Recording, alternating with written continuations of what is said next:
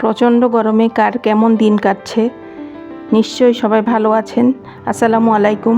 সবাই কেমন আছেন? আশা করি সবাই ভালো আছেন। নতুন আরেকটা ব্লগ দেখার জন্য সবাইকে আমার চ্যানেলে ওয়েলকাম করছি।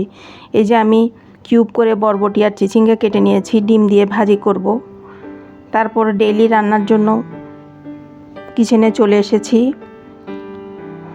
ঈদের আগে যে বিফ কলিজা ভুনা করেছিলাম, তার অর্ধেকটা ঈদের আগের দিন করেছি ঈদের জন্য, আর বাকিটুকু এখন রান্না করে নিচ্ছি। কারণ ঈদের পরেও 4-5 দিন ঈদের মতন ভালো ভালো খাবার খেতে, ঈদের আমেজটা বজায় রাখার জন্য ইচ্ছা করে।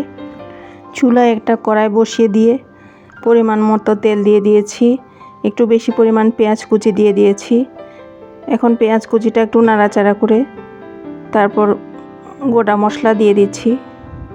এটা একটু ভাজা হলে তারপরে একে একে আদা রসুন বাটা, শুকনা মরিচের গুঁড়া, হলুদ গুঁড়া, জিরা, ধনিয়া গুঁড়া সব দিয়ে দিব। কারণ আসলে ঈদের পরবর্তী সময়গুলোতে দেখা যায় অনেক মেহমান আসে, আমরাও চারিদিকে ঘুরতে যাই। ওয়েদার যেমনই হোক না কেন, যেহেতু প্রচণ্ড গরম পড়ছে, তারপরেও কিন্তু মানুষের চারিদিকে ঘোরাফেরা বা একজনের বাসায় আরেকজনের আসা যাওয়া এগুলা কিন্তু চলছে। যেহেতু একটা দীর্ঘ ছুটি মানুষ পেয়েছে, এই ছুটিটা মানুষ খুব সুন্দর করে এনজয় করছে। আপনাদের সাথে কথা বলতে বলতে আমি আদা রসুন বাটা, পরিমাণ মতো লবণ, একটা টমেটো কুচি দিয়েছি। আমার কাছে মনে হয় টমেটো কুচি দিলে তরকারির কালারটা সুন্দর আসে, বিশেষ করে মাংসতে। যেহেতু এখন প্রচুর পরিমাণে টমেটো পাওয়া যাচ্ছে, তাই দিতে অসুবিধা কি। আমি এমনভাবে দিই যাতে তরকারির টেস্টটা টক হয়ে না যায়, খেতে ভালো লাগে, কালারটাও সুন্দর আসে। সব কিছু মশলাপাতি দিয়ে এখন মশলাটা অনেকক্ষণ ধরে একটু কষিয়ে নিব। প্রথমে তেলের উপর ভালো করে কষিয়ে তারপর সামান্য পরিমাণ পানি দিয়েও কষিয়ে নিই, যাতে তরকারির কালারটা দেখতে সুন্দর আসে, খেতেও ভালো লাগে। বিশেষ করে মাছ মাংস রান্না করার সময় লবণের পরিমাণটা প্রথমে কষানোর সময় এমনভাবে দিতে হয় যাতে মাছ বা মাংস যেটাই রান্না করি এর ভিতরে লবণটা ঠিকভাবে ঢুকে যায়। কারণ প্রথমে যদি লবণের পরিমাণটা কম হয়, মাছ মাংস কষানোর সময় পরে আর যতই লবণ দিই, লবণটা কিন্তু আর মাংস বা মাছের মধ্যে ঢুকে না। তাই এই জিনিসটা খেয়াল করা দরকার।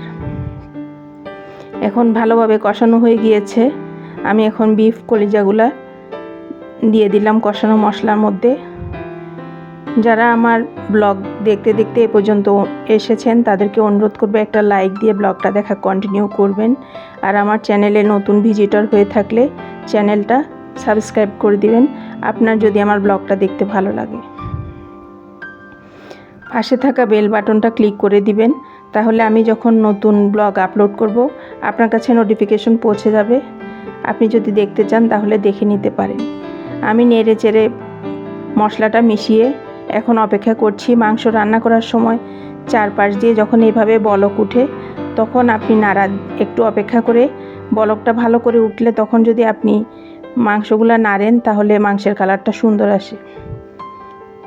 আমি এতক্ষণ অপেক্ষা করছিলাম চারিদিক থেকে বলক আসার জন্য। এখন চারিদিক থেকে আমার বলক এসে গেছে। এখন আমি ভালোভাবে নেড়ে চেড়ে মশলাটা মিশিয়ে দিব। অনেকক্ষণ ধরে কষালে মাংস খেতে অনেক ভালো লাগে, মাংস বা যাই রান্না করি। এই যে আমার আপনাদের সাথে কথা বলতে বলতে বিফ কলিজা ভুনাটা হয়ে গিয়েছে। যেহেতু প্রচণ্ড গরম লাগছে, এই গরমে কিন্তু হালকা মশলার খাবার খাওয়াই ভালো। এই যে চাঁদ রাতের আগের দিন মেহেদি দিয়েছিলাম, সবাই মেহেদি পড়ছে, ঈদ বলে কথা, হাতে মেহেদি দিব না এটা তো হয় না। যেহেতু অনেক কাজে ব্যস্ত ছিলাম, তাই যেতটুকু সময় পেয়েছি প্রায় রাত 1-1:30টার সময় আনাড়ি হাতে আমার মতো করে আমি মেহেদি দিয়ে নিয়েছি। এখন এই যে বরবটি, বিফ কলিজা ভুনার সাথে বরবটি ভর্তা করব চিংড়ি বালাচাও দিয়ে। এই বরবটি কেটে নিয়েছি, এখন এটা সিদ্ধ করে নিব। এই যে সিদ্ধ করে নিয়েছি, এখন সঙ্গে পেঁয়াজ কুচিও দিয়ে দিয়েছি। এটা ভাজি করে শিলপাটায় বেটে আজকে ভর্তাটা করব। শিলপাটার ভর্তাটা খেতে অনেক মজা লাগে, মাঝে মাঝে বাটনাতে বেটেও ভর্তা করি। এখান থেকে সামান্য পরিমাণ চিংড়ি বালাচাও দিয়ে দিব। এই যে আমি শিলপাটায় নিয়ে নিয়েছি। এখন চিংড়ি শুটকিটা দিয়ে দিচ্ছি, দিয়ে একসাথে মিশিয়ে সব কিছু বেটে নিব। ভর্তাটা বাটা হয়ে গেলে আমি একটা বাটির মধ্যে তুলে নিব। এই যে আমার ভর্তাটা বাটা হয়ে গিয়েছে।